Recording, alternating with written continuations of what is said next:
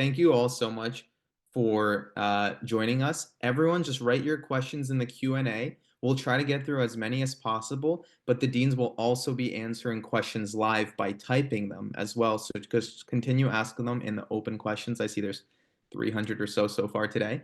But I'm going to briefly introduce them. And once I do, I'll just have them unmute one by one. Dr. Hagemann calling in from WashU in St. Louis. Good to see you. Hi, thanks for having me. Dr. Kellaway from UT Health San Antonio. How are you? Hello, we're fine down here in Texas. Thank All you. right, awesome. And Dr. Schmude calling in from Geisinger. How are you? I'm well. Hi, everyone. Thanks for having me today. Of course. So we're going to get started, and I'm going to direct questions individually to different deans. Some might be for all of the deans, but while we're not answering live, some will be answered in the Q&A via messaging. So we'll start with a question, which is a loaded question for Dr. Hagemann. It's about scores, because a lot of times students say, is there a minimum MCAT? Is there a minimum GPA? Where should I really be striving? Because that kind of builds the basis of an application. Dr. Hagemann, what do you say to students who ask about specific scores? Yeah, I always view that question as an opportunity to tell applicants about holistic admissions and the fact that we look at experiences, attributes, and metrics. And I see my colleagues shaking their heads a little bit because I think we all do this. It means that there's no single score. Obviously, higher is better, and obviously, it's not always practical to go and get a higher score. There's a very useful little publication that's available on the internet. You can Google it up right now called Using MCAT Data in Medical Student Selection. AAMC republishes it every year. The best thing in that booklet is a table that shows the intersection of GPA and MCAT score and shows that even in the highest reaches of MCAT score and GPA, only about 80% of applicants are accepted to even one medical school. That tells you that there's no magic score that's so high that it guarantees success. And I think that can be reassuring for students who are at a little bit of a lower score. Gotcha. Thank you so much for that answer. I have a question for Dr. Kellaway, and it's kind of a question of building a medical school class. You know, when you're interviewing students and you're deciding who to invite for interviews, who to provide secondary applications to, and who to ultimately build a class with, what are some of the thought processes that admissions committee members go through in determining, well, what will be the final makeup of our class? I think like everybody, good question. I think like all admissions people everywhere, actually in professional schools and undergrads, we're doing a holistic review, right? So we're looking for strength in metrics. We're looking for an array of experiences that grow in a person, very strong, beautiful personal attributes. So we see the scores and the metrics right away, and we see a list of all these wonderful experiences. But what you have learned and how you've grown from those and developed your personal attributes, we're big on here. So all the characteristics that you might think, good communicate, all the official list, good communication, industrious people who are meeting people of the world and people not like you, um, and humility and kindness and caring and all those things. Makes sense. Thanks so much, Dr. Kellaway. And Dr. Schmude, moving on to a question that we actually had from the last session about non-traditional applicants and students who might be in a different career right now, but are considering a career switch to medicine. How do you view applicants who are changing career paths? And, what do you look for in those types of applications? Sure, great. Thank you so much for that question. I would say non-traditional students bring additional maturity, additional experiences that might be outside of a traditional path to medicine, but really for them to be able to articulate those transferable skills between what they're doing right now in their career path and how that aligns with medicine. And really at the end of the day, being an excellent practitioner and serving patients. And so I would say, you see each and every year the number of non-traditional students continues to grow. And I think that there are a lot of reasons for that, in addition to the ones that I've stated. But I think that those would be some of the highlights that I'd like to say in my comments about non-traditional students, that they bring a wealth of knowledge, maturity, experiences outside of quote unquote traditional science and a traditional pre-med path. Makes sense. Dr. Kellaway, question for you actually about kind of having a theme or a story. Our keynote speaker today, Dr. Chang, talked about a quote from Steve Jobs where you can really only connect the dots looking backwards sometimes, where you've done a certain amount of things in your life and build up kind of this resume or CV. But you can really only tell that story or theme afterwards. What do you kind of look for a story to be conveyed by an applicant when they're applying, or should a student just do various things that they may find interesting, even if they may seem a little bit unrelated? That was a question from Abdul Salam. Yes, that's very good question. I see it all connected, and I think that you can weave all parts of your life, even the smallest things, into this path that you're forging.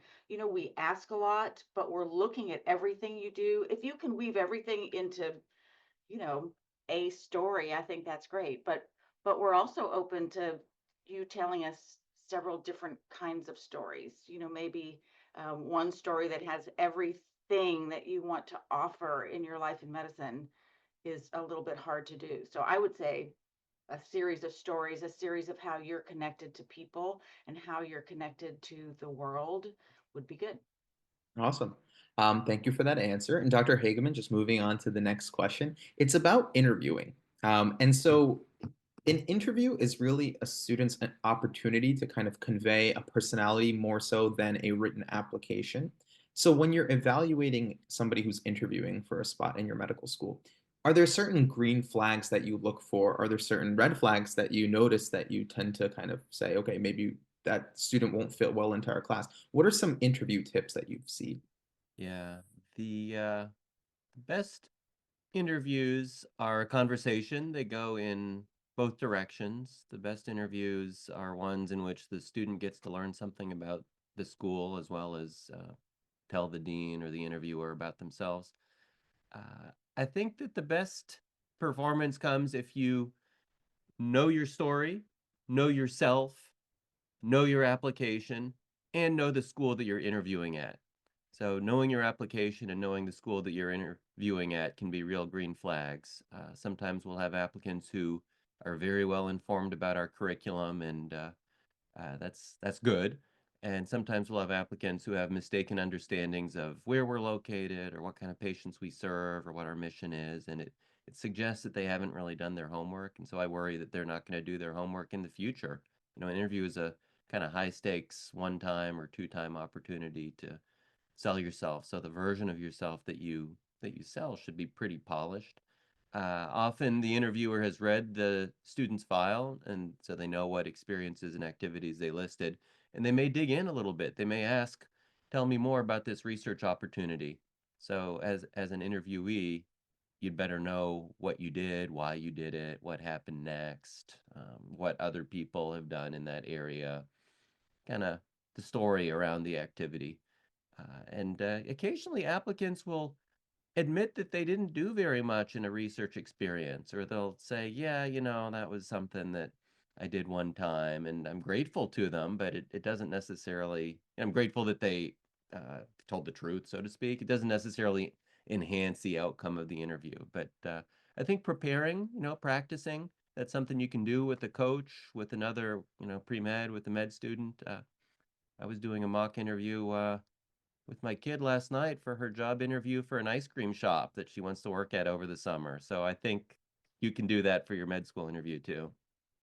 Right. Awesome. And so on the topic of research, a question for you, Dr. Schmude, because here I'm seeing a lot of questions about research itself. And so Victoria asks, how much, if at all, would a student be affected by having little to no research experience upon applying? Because, is research something that is seen as a requirement, or is it something that just enhances an application in a way? Sure. Thanks. Thanks, Dan. And thanks for the question. What I'm going to say is the student needs to do research in terms of the schools that they're applying to. Some schools, based on their mission, they're very, very research focused. Some are community based. And I think the answer to that question really is institutional specific, right? whether they're looking for a lot of research, whether there are other items within the applicant materials that they're looking for. So what I can tell you, and I can only speak for my respective institution, and I'll come at it from that standpoint, and say that you should look at the MSAR and you should, look at average research experiences across the schools you want to go to. But for my institution, it's Geisinger College of Health Sciences, our School of Medicine. We were founded as a community-based medical school, and we integrated into a large academic research institution or clinical arena. And so for us, we're very focused on our mission. And first and foremost, we want individuals who can, they're patient-centered, so they're kind, caring, and compassionate. We want individuals who are dedicated to the community because we want them to come back and serve, meaning we want them to be doing service, right? Because the discipline they're going into is in service of others. So really, for us, a deal breaker for us is limited community service, because that tells us really where your interests lie, right? And you might not be a good fit for us, and it's about fit. Another piece is that the ability I'm going to say, play nice in the sandbox. And what I mean by that is be a great member of an interprofessional healthcare team. So know when to be a follower, but know when to be a leader, right? Because being a physician is not always the leader, right? At certain times, you're the leader of the team, and you'll always be practicing at the top of your credentials. But sometimes someone else on the interprofessional healthcare team, you have to defer to them, right? Because they are the experts in that area in terms of their scope of practice. And I'm going to say last but not least is the ability to use evidence-based research, right? So if you've done bench or clinical research or education research, that's great. But for our institution, it's not a deal breaker. We want to know that you're kind, caring, and compassionate, and that you've done community research, or that you've done community activities, not community research, and that you understand what it's like to be in the clinical environment. Wow, thank you so much for that thorough answer, because, a lot of medical schools, like you said, they kind of emphasize different things. Every medical school has its own mission statement, and it's important for students to realize that when applying to select the medical school that is going to train them to become a physician as well. And so moving on to another question from Heather. This one's for you, Dr. Kellaway. What are you truly looking for in a personal statement? Because it's really an opportunity for a student to write about not just the experiences that they've had, but why they decided to become a physician in the first place. So, what are the major takeaways that you want to get from a personal statement when you're reading one? Yes. I feel like I'm being a little repetitive here, but we're looking for what kind of a person you are.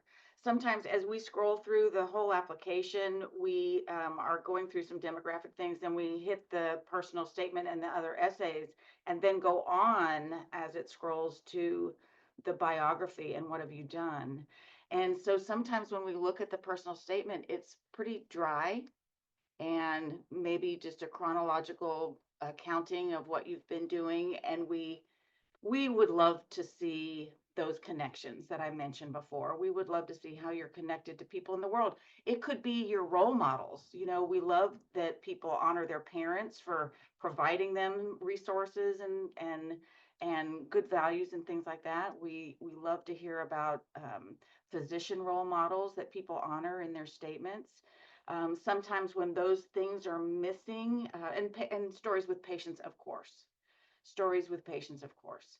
And sometimes people do a good job of using several stories, ways that you've sacrificed in community engagement and service and sacrifice, and in medical situations and other things.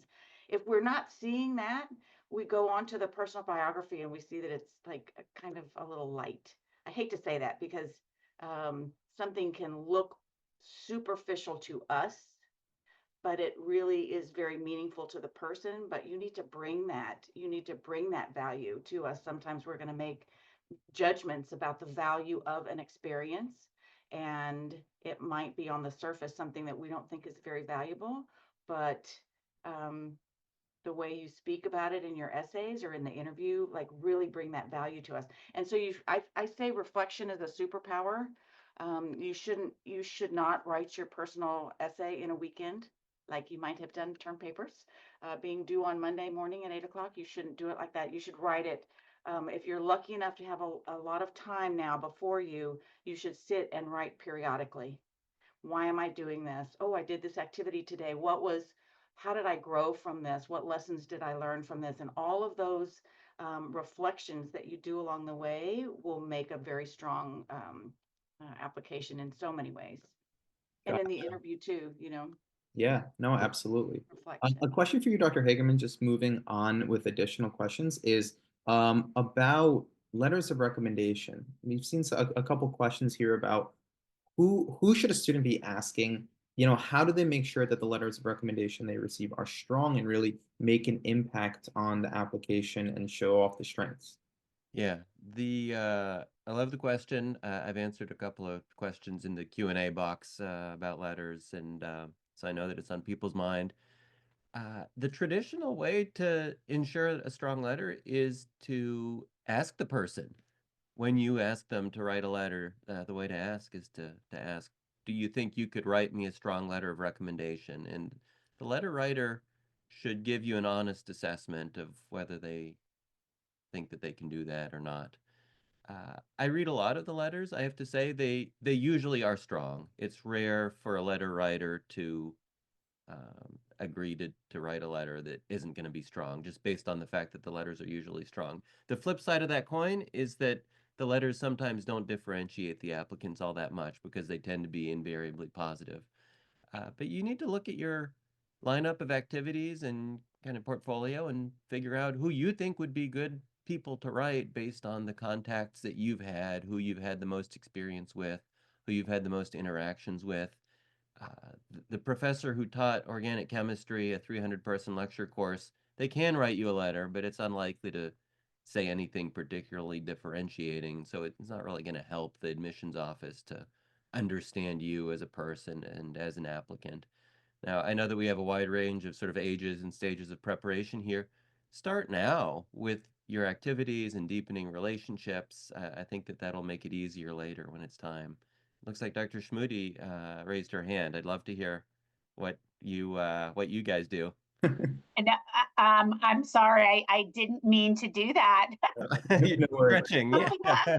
Well, what do you do about letters of rec? What do you think? Yeah, what do you do about letters of recommendation, Dr. Schmude? Actually, I am so sorry to do that. But see, even panelists make a mistake. Anyway, I would love to tell you, I absolutely positively agree. I tell the students, while I'm a D, I oversee admissions for multiple schools. So a school of nursing, a school of graduate education, and a school of medicine. And so I teach in all of those schools except the School of Nursing. And I'm course director for a lot of classes in our graduate school. And they're using it as an academic preparing degree for medical school. And I say to them, I go, if you're asking for a letter of recommendation, you're asking, can you write me an excellent letter of recommendation? Just like Dr. Hagemann said, because I can write you a letter of recommendation, but it might not be an excellent letter of recommendation. And this is really important. It's what your calling is. It's what you're saying you want to do as your passion and your life's work. And so really finding those people who can write you an excellent letter of recommendation while also talking about, how you relate to the core competencies of medicine. And you could look at those on the AAMC's website. Those are the ones that I found to be the most helpful. And yeah, that's what I would say. And sorry about that, Dr. Hagemann, but I guess it was a nice transition. Perfect. And I'm going to leave you my email afterwards because my daughter's first job was in an ice cream place. And yeah, anyway. So you know all the interview tips. You know the inside scoop. All right. Oh no. I know, I'm sorry. Dr. Kellaway, a question for you from Vaishali in the Q&A portion, who asked, what are your thoughts about double majoring or majors in general for students in college? Are there certain majors that you tend to view as more beneficial for somebody interested in medicine, or are there other ones who, maybe it's more unique to have something outside of a type of science background? What are your thoughts on majors for students? Yeah, I love this question. I have a saying, I have many little mottos that I throw out there, but one is all good things are good. So a double major is great, but it's not necessary. Like everybody's got a different path. Everybody's got a different path. When I'm talking to people at a stage when they get to pick or change a major, you should really do, this is from our point of view, you should really do something that you love and are passionate about. We've had students, many, who have their undergrad experience in theater, film, radio DJs, business, languages of all sorts, and yet they knew voice. They knew they wanted to do medicine. They knew they wanted to be a physician. So they use that opportunity as the last time they can really excel at a beloved field before they launch into this other place. So all good things are good. We do we look at a million different things related to just the metrics. It's not just your overall in science GPA. We look, are you in honors courses? Did you take upper level courses? I would really encourage people to do as many years on a 4-year campus. Um, I think community college work and getting started that way is excellent, but it's a different experience than a 4-year university. And the world just opens up for you. You can seek rigor. We want you to seek challenges in academics so that you'll be prepared for medical school. I'm a long talker, but I'll stop there. No, that's perfect. Thanks so much. And actually, on that same topic, Dr. Schmude, that same question Siasa here asks in the Q&A. Do admissions committees look at applicants who started off at a community college, then transferred over to a 4-year university? And kind of how would you recommend somebody who does that, convey that messaging to the admissions committee? Sure. Thank you so much for the question. And so, admissions committee members look at the gestalt of the admission materials submitted by the applicant. So the answer to that question is yes. But it is about the journey, right? Everything you put into your admission materials is about your journey at the community college, your transition into the 4-year institution. What did you do? I mean, many students, and I'm going to tell you a little bit about myself. I'm a first generation college student who I came from a divorced family background and we lived below the poverty line. Thank God at the time I was fully funded through grants and loans that I could afford to attend the University of Pittsburgh. Had I not had those, I would never have been able to afford a college degree and go straight to a 4-year institution. Many students choose that path because financially they just can't do it right at the beginning. And some want to stay close to home, or some are using it for academic preparation. Those are all great reasons. That is your story. That's your journey into medicine. How you get there and the path you take is different for each and every one of you, and you should embrace it. And you should use that in terms of that journey, right? To, people always say, how do you make your application unique? Your own story is that, right? All of us, we're never going to see someone who comes from the same high school, did the same things, has the same GPA, the exact same experiences, the exact same file. I don't think it's statistically probable, right? So each of you are your own unique individual.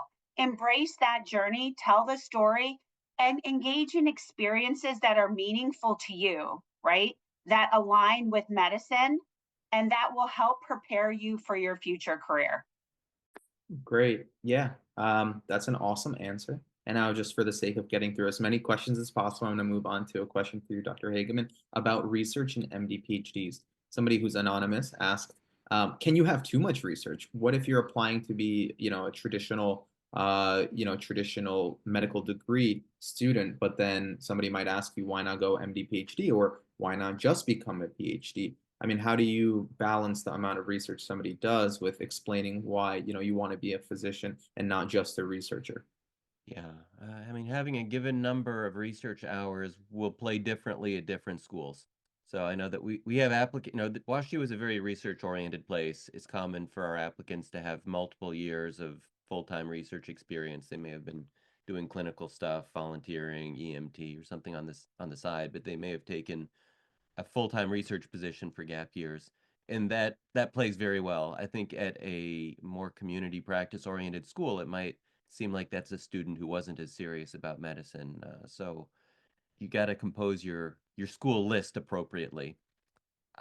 When I think of your question, I think about the occasional applicant who seems to be only interested in research. That would be kind of like a pitfall. So you need to show that you are interested and attracted to the clinical mission. That means being around people who are sick, being around people who are providing patient care, being able to discuss the kind of daily life, the ins and outs, and the vocational aspects of going into medicine, and not assuming that medicine is basically a way of doing research but getting more money. So as long as you're able to have a mature discussion about it, an application that includes a lot of research hours will play well at a research-oriented school. And I think that if you're very motivated by research, you might not be attracted to schools that don't have a robust research program. MD PhD is a whole kettle of fish. That's what I did, and I can talk about it all day, but maybe uh, let the students tell us exactly which aspects they're most interested in.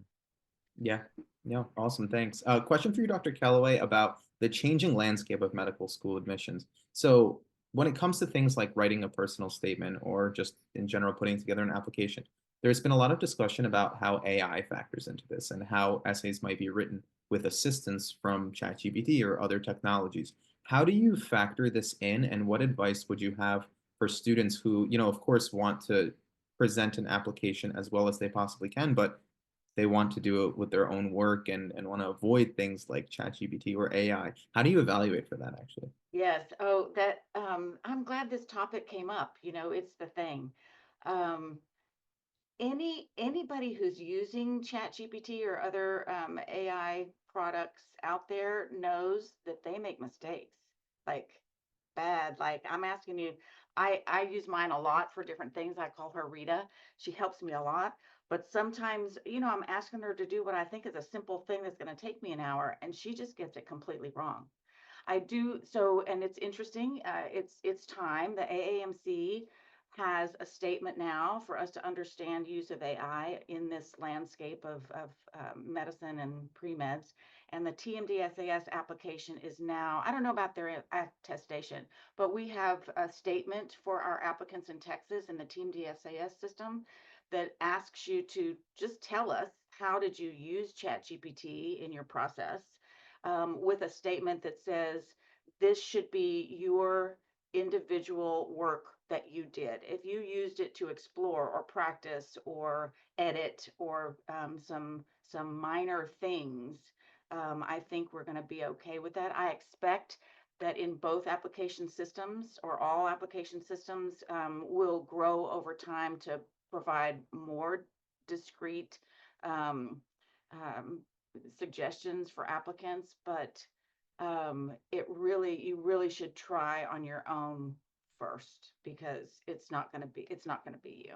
Right. Yeah, We're going to exactly. be AI is kind of like it's a tool, but it should not be doing the work for students, of course. absolutely. And so a question for Dr. Schmude here is, it feels like, based on previous sessions that students have listened to today already, that like timing is important and figuring out when to apply is important and submitting at the appropriate time and meeting deadlines is critical towards having an application seen. Do you have recommendations for, when somebody should be applying to school based on the timeline? Sure. Um, Another thing I really talk in depth with my students about is you need to apply when you have your best application. And I say that all the time. If that's right when the cycle opens, great. If that's not, then maybe you say, if you're not going to have the best application till November or December and you're worried, maybe you shouldn't push it and you should wait to the next cycle. And that's really, I'm going to piggyback on something that Dr. Kellaway said before about reflection, right? It's to really reflect and understand where you're at in the process and when is the best time to apply. Applying to medical school is a lot of money, but it's also a lot of mental power you're using. And if it doesn't work out, you've spent a lot of money, and it's hard. Rejection's hard, right? So why would you do that if you don't have the best application you could possibly have? So I ask all of the students, I'm not going to say a time. So I'm going to come right out and say that. I don't ever give a time. I'm going to put it back on the student and say, reflect and look at yourself in the mirror and say, do I absolutely have my best application? If the answer is yes, then you know what you should do. If the answer is no, or you're second guessing it, maybe you need to engage in additional experiences or wait to the next cycle. So reflect and ask yourself that question. Yeah, absolutely. Thank you so much for that answer. Dr. Hagemann, a question I saw over here from Abby and a couple other students similarly is, if somebody is interested in a particular field, for example, pediatrics, or knows that they want to be a neurosurgeon, for example, how do they express that when applying to medical school, but while, keeping an open mind, but also indicating a specific specialty that draws them to medicine? Yeah. The applicant who has a really strong sense of the field they want to go into usually is the student who will not go into that field. All right. There's only a few fields that kind of work that way. One of them is neurosurgery, seems to have kind of a unique hold on the public eye. Another one is forensic pathology. It's so different from everything else that the person who wants to be a medical examiner and knows enough about it to know what they're getting into usually does end up going into that field. I think having an interest in a field is a good opportunity to shape your story around your shadowing and your clinical volunteering or work or experiences. If you've learned a lot about a particular field, then you'll be able to share what you've learned about what that's like. I think that students run the risk of looking a little naive if they forget that every specialty is different from any other, and just because you've learned what ophthalmology is like doesn't mean that you know what every other field is like. And of course, you have to be able to tolerate and, in fact, learn something from all the other clerkships and rotations. And I think that it can be a handicap as a medical student to be, quote unquote, only interested in surgery. We've all had, as educators, we've all had that student who's only interested in the one thing. And, sometimes they don't do everything that they're supposed to when the topic is anything other than whatever it is that they're interested in. So, yeah, show your interest, show what you've learned, but don't forget to be versatile. I actually lean a lot on this idea of versatility. We're training you to be an undifferentiated general physician who will then go on into your specialty, but this isn't residency. You're not learning to be a surgeon yet. You're learning to be a physician. And that's a great thing. Don't play it down just because you know that you want to be a brain surgeon later. True, exactly. For Dr. Schmude, a question from a high schooler, because there are some high schoolers watching today as well who are interested in becoming physicians, and it's still early on in high school. But Maricela, for example, asks, she's a junior in high school and wants to become a physician down the line. What advice do you have for somebody who knows early on that they're interested in medicine and wants to craft an application over time, over several years to get to the point of applying? What would you tell them about starting to kind of build up experiences and getting ready to apply years down the line? Thank you so much. So I think I would recommend a few things. I would say to really investigate what you're passionate about and passionate about doing. And here's the reason why. The passion and the narrative you create in your experiences, once you start to read thousands of experiences, right, you can get a sense for someone who's passionate or not passionate about the experience. So I think first and foremost, you should, again, reflect and say, what is important to me? What do I like? Figure that out, right? And then say, how does this align with what I want to do with my future, right? And then create a professional development plan to do that, to engage in experiences that you're passionate about. And how, right? Think outside of the box. Maybe it's not a linear, here's A, here's Z, here's the experience, and here's how it lines up to medicine, right? Maybe there's a K somewhere in the middle, but think about the transferable skills within that experience and how it aligns to medicine. But I would hate to think that people would just engage in experiences as a checkbox because they think that that's what an admissions committee wants to see, as opposed to doing things that they find value and joy in that allows them to flourish in the experience and align that with those transferable skills that we're looking for in medicine. And you could take a look at those core competencies of the AAMC and look at the ones that have to deal with emotional intelligence. That's what I would recommend. Gotcha. A question for you, Dr. Kellaway. It's about trajectory, and it hasn't been asked as a direct question, but a few people have touched on this.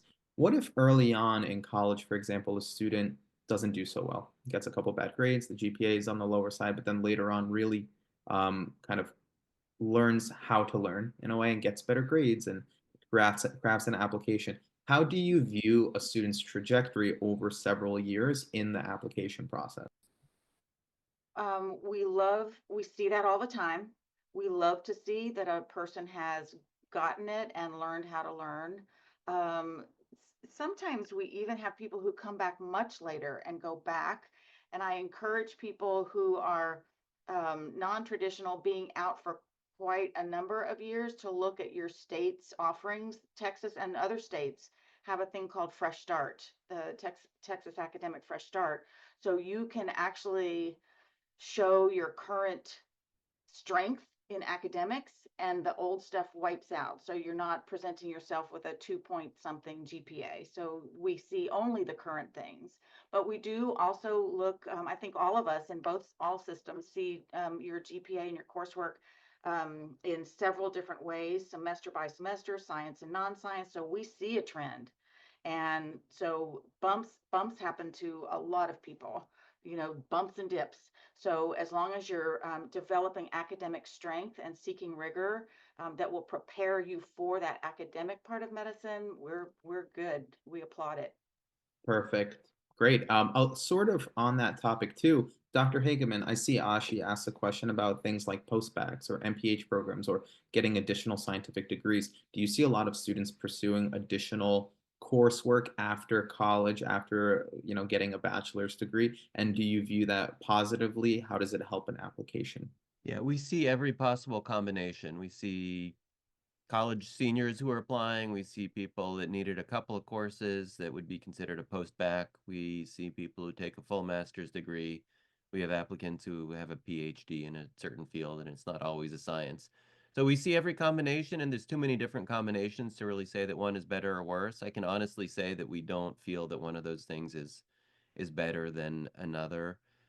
Sometimes students are just trying to boost their GPA. There have been several questions in the Q&A box that I've tried to address a few, and that's okay. We understand that things happen. I want to say it's very rare to see an applicant who has like the perfect 4.0 that never had any kind of academic struggles. So for all of you out there who have a couple things on your transcript that you're like not that happy with, you're in very good company. And in fact, the perfect straight A gold medal transcript is one that I kind of worry about, because that's a student that hasn't challenged himself or hasn't learned what it's like to face a challenge. And medical school will humble you, and if not, the rest of your medical career will at some point. And you need to know how to address the situations where you're not just breezing through life. That being said, I think you have to look at what your application needs.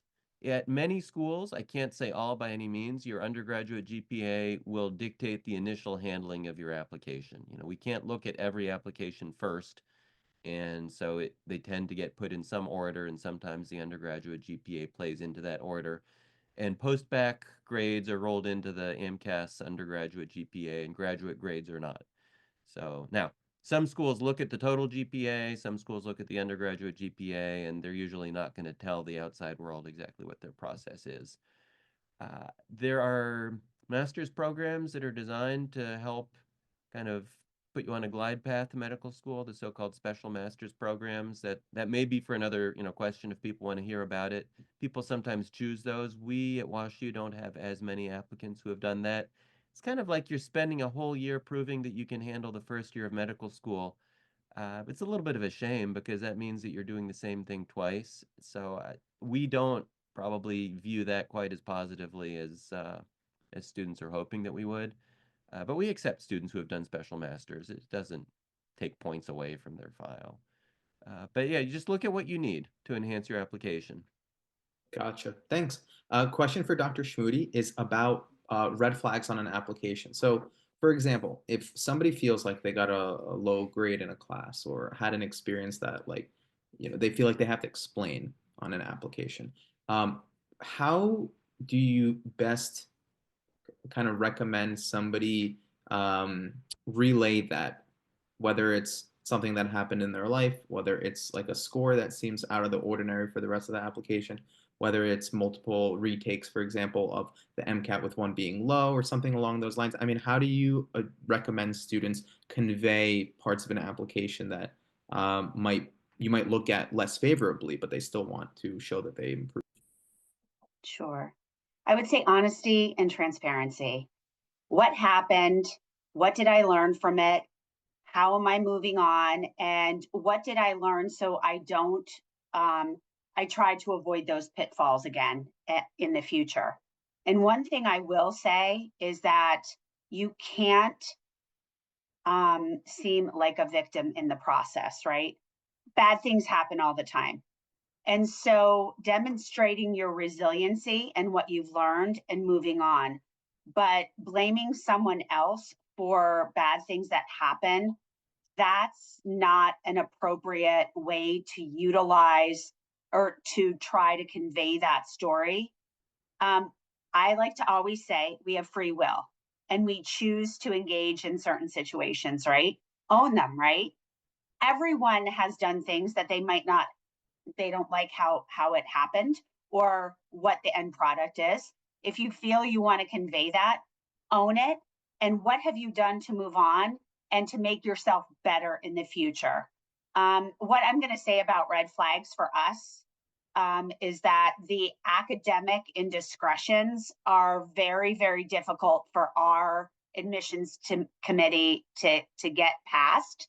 And that's me being honest and transparent here in front of all of you, because I just asked you to be honest and transparent. So I'm going to be honest and transparent. Those are really difficult to get over because that goes to character. And at the end of the day, you want to be a physician and it's the physician's contract with society. So those are really, really hard red flags to get over. And that is me being honest and transparent. I'm not saying you can't, but those are a little bit more difficult than I got a dorm violation because I had a candle lit, or I did something during COVID that I had someone in my room and I wasn't supposed to, right? That's a little bit different than I cheated or something major happened in terms of academic dishonesty. And someone asked me, what's an academic indiscretion? I was using a little bit of a nicer word than dishonesty, but academic indiscretion is academic dishonesty of what I was trying to say. So I'll be clearer with that.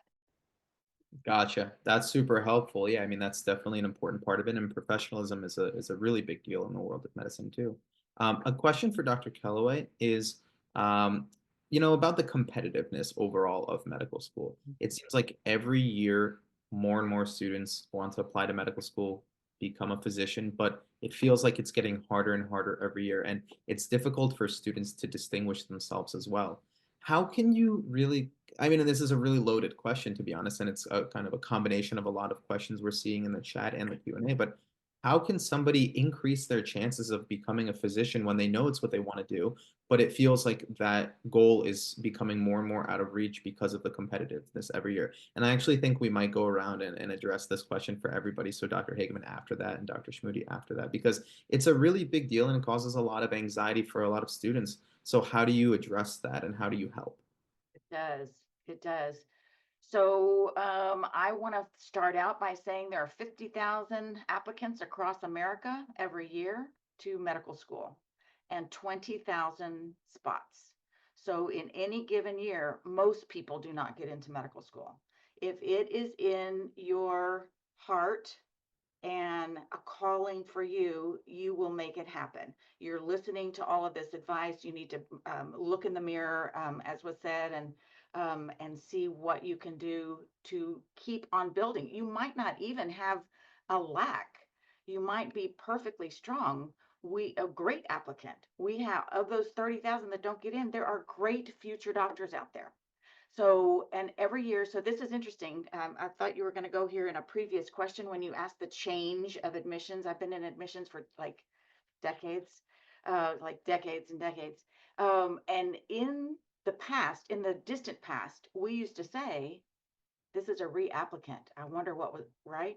I wonder what went wrong here, or what's missing here, and almost sometimes just skip over them because there were so many good current students. We don't do that anymore at all. In fact, we look at the reapplicant because that is such a it's so devastating to a person. Having been there, I know this personally. It's very devastating, but you have a little pity party and then you gather yourself and you gather information. You say, okay, I'm going forward. And every year we have people in our class and classes all over America who have stuck with it. They've found some wonderful things to do, some long-term mentoring, big brothers, big sisters, AmeriCorps, just all kinds of things, keeping your brain fresh, continue serving and sacrificing. And we see that. We see that. So I would say keep going, you know? Perfect. Yeah, Dr. Hagemann, your thoughts? Yeah, the way I think about this, applicants often perceive that what they're worried about is being rejected from medical school, but we don't really reject that many people. What we do is find ourselves unable to accept people, including many wonderful applicants that Dr. Kellaway was just talking about. But we don't spend a great deal of time. I mean, sometimes there'll be an applicant who we'd like to interview, but we just don't have room for. We do 1,000 interviews every year. That's kind of a lot, but we have 6,000 applicants. We know that there are people that we're missing in there, and we have to send them a thin rejection letter because we just don't have room to send them an interview invitation, and we just can't fit them in. But they weren't rejected. They didn't really do something wrong. They just didn't rise to the top of the pile. So now I've seen lots of questions come across the Q&A box asking kind of the same thing. So how do I stand out? How do I rise up in the pile? You know, I think having a story that's yours that you can tell. I mean, I've really seldom seen two identical applications, even though I've seen thousands of them. So, I mean, it's cool that there's so many ways to take the journey to medicine, and don't feel that you need to fit in. You should actually feel that you need to tell your own kind of standing out story. And then just to realize that sometimes you're going to be the victim of statistical accidents that, you know, there's donut holes. There's the person who was so close, but just not quite close enough. Yeah, and Dr. Schmude, your thoughts? I agree with all of the comments. And, I think that it does happen, right? Sometimes some great applicants are missed, right? And there's everything there. And that's across the country. But there are many times where the applicants might have thought that the application was their best application and it wasn't. And that's the time, right, that you do, right? It's salt in the wound. Pull yourself up and say, okay, if I'm in this to win it, and I'm going to do it again. And I've looked at my application and I say, you know what? It wasn't the best it could be. There are other, and I knew this, but I just wanted to try it because I hear that all the time. I just wanted to try it. If that's who you are, then what I'd say is you need to go back and you need to reflect and you need to fill in the gaps, right? And really think about, what do you want to do to enhance your application for medical school? You might say, wow, this is great. I'm going to continue on those experiences. Awesome. You might say, I could have done things differently. I wasn't the most competitive and my application was not ready. And here's my growth plan. Here are the activities that represent the areas I want to grow in so that my application for next cycle is the best application it could be. Gotcha. Yeah, I mean, this is all excellent advice because it's really challenging and really difficult when somebody applies and spends a lot of time trying to become a physician and doing research and doing clinical activities and shadowing. And then it feels like, well, no school wants me. And, I reassure students that there are schools that want you. It's all about just, first of all, making sure you're applying broadly and applying to various schools and not kind of limiting your options, but also making sure your application really conveys why you want to become a physician. And part of all of that is the MCAT and the GPA and a lot of things that feel like they're checkbox things, but they're not, right? They're ways to show why you're interested in the field. And so I really want to emphasize that piece of it too. And so a question for Dr. Kellaway, kind of, again, this is gonna feel like a loaded question, but it's what students I feel like really care about, and it's about minimums. And when I say minimums, I mean numbers. I mean, and you can feel, you can answer this however you want, but students might ask, what is the minimum number of clinical hours that, like, if I have under this, for example, it's just maybe I'm not ready for an application. If my MCAT score is kind of under these numbers, like maybe I'm just not ready and I should retake. Same with GPA or things like shadowing hours. I mean, a lot of what students think about is numbers, right? And hours and trying to meet a certain standard at least to apply. And maybe if a student's not at that level, maybe they should take a gap year or something. Do you have thoughts about kind of minimum numbers? Yes, it's interesting. It's a very, very, very common discussion point, very common question that we all get. Let me address the experience minimums first. I think in your shoebox, I call it, where you've put everything that's helping you along the way, you should keep track of what particular schools want in case you want to aim for those things. You need to know the differences. Our I wouldn't suggest this, but our committee, we talk about this. It's one of our talking points every year. And we say, do we want some minimums? Do we want to see a minimum in the healthcare activities? We don't have all those categories. We just have a handful or two. Do we want to see minimums in this area or that area? And we cannot come up with a minimum because sometime somebody says, well, what about a day or two of shadowing? We will find somebody who only did that hour in a specific activity, but they've explored and learned and volunteered and read and listened to podcasts. And so they're very, very well versed in like the world of medicine. So we can't come up with a minimum number. There are schools that have it for experiences. And it's very hard to calculate, but probably on the average, we see in our system about 150 to 250 hours in healthcare and about the same for community service and engagement and serving. It is definitely a kind of a red flag. It's not a deal breaker, but sometimes we will see 40 hours in healthcare. Maybe we'll see some great things there, but then we go down to extracurricular and we see 4,000 hours in the gym. Somebody on the committee is going to comment. You don't want this comment about you. Somebody's going to say, gosh, some of those hours could have been serving others or, learning about medicine. So that's that. My comment, because I feel like you're going to ask this of other people too. I'll be quick. Sometimes people say, what MCAT should I aim for? Right. So the MSAR, the AAMC has the MSAR that Dr. Schmude mentioned before, and that will give you everybody's averages and minimums and things if they have them. But when you ask that question, it's like, well, the average for Texas, the average for the US for getting in for the MCAT is a 512. But you're not going to aim for that C average when you do your OChem course. You're going to aim to make the highest possible course. So just keep working and aim high is what I would say. Gotcha. Awesome. Dr. Schmude, same question for you. Dr. Kellaway was right. I am going to ask everybody the same question because it's a big driver of kind of knowing whether it's the right time to apply or not, right? Numbers are a big factor in deciding if this is the year, this is the cycle I should be applying. So are there specific numbers, whether it's GPA or MCAT or hours of activities that you look for?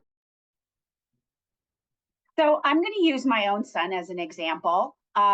He was in PA school and he was thinking about going into medicine, and you would think that he might ask me for some advice, but yeah, along the way didn't. But then decided maybe I should ask my mom, since she may have an inkling into this. And I had him write down experiences, the same thing I did. I'm never going to tell anyone what they should do or how many hours they should have. It's just not, I think that's very paternalistic and maternalistic. You have to want to engage in experiences, whatever they are, that you're passionate about and that align with medicine. And I think that people can absolutely do that. You can find joy in that. If you love to do community service, maybe you want to do community service in the ER. If you love to do Big Brothers or Big Sisters, AmeriCorps, they're great experiences. If you like to do research and maybe you want to be in clinical research where you're also within the clinical environment and you're dealing with patients and doing research. So there's a way that you can leverage the things that you're passionate about with medicine. I am going to go back to a GPA and an MCAT score. And what I'm going to say is, Dr. Kellaway said, it's a 512 MCAT.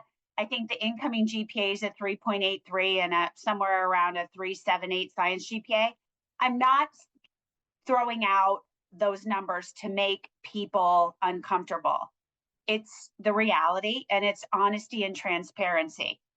Medical schools admit people above and below, but you also really have to think about this in terms of your competitiveness and where you're at, and really say, if I have this GPA and this MCAT score, and this is what their average is, am I really a competitive applicant there? And that's really looking at yourself and being honest with yourself.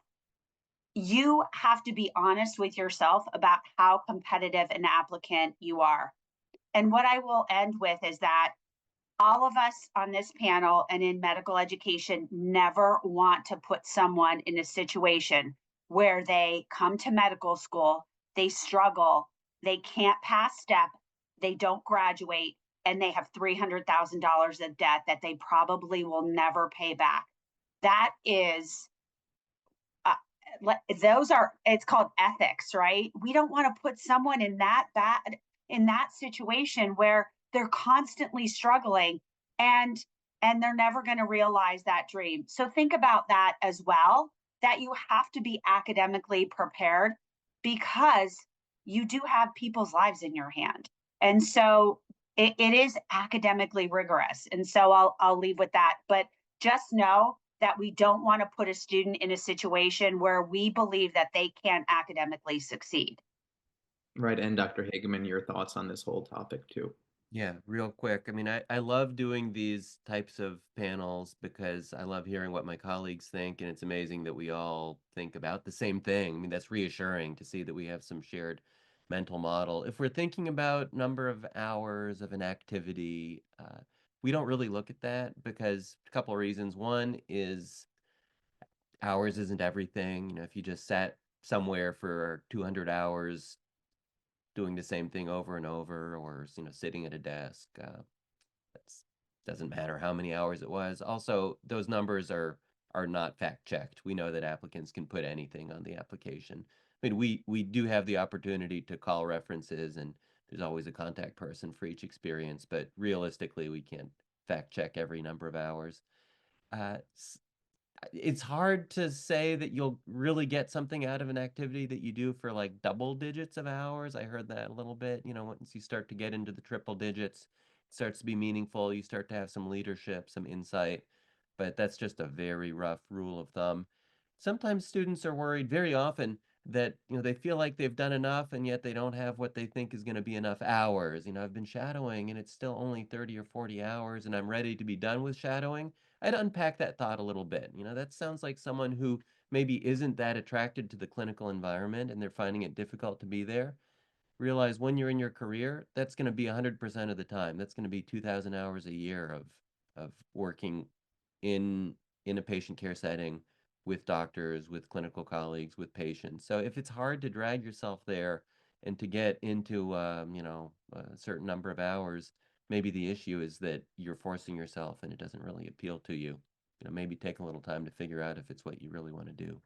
Yeah. That's the honesty again. Absolutely. And so we've run out of time for this session, unfortunately, but how often do students get a chance to speak directly with deans of medical schools? You have all been so helpful, Dr. Hagemann, Dr. Schmude, Dr. Kellaway. This was incredibly helpful. There's 600 questions in the chat. We got through a lot of them. And for those that we didn't get through live, we'll be working on answering them afterwards. So really, really appreciate you all being here and answering questions directly from students. This is invaluable, wisdom that you're sharing with us. So I want to thank you all for being here. And I'm sure, as we see in the chat, people really benefited from this.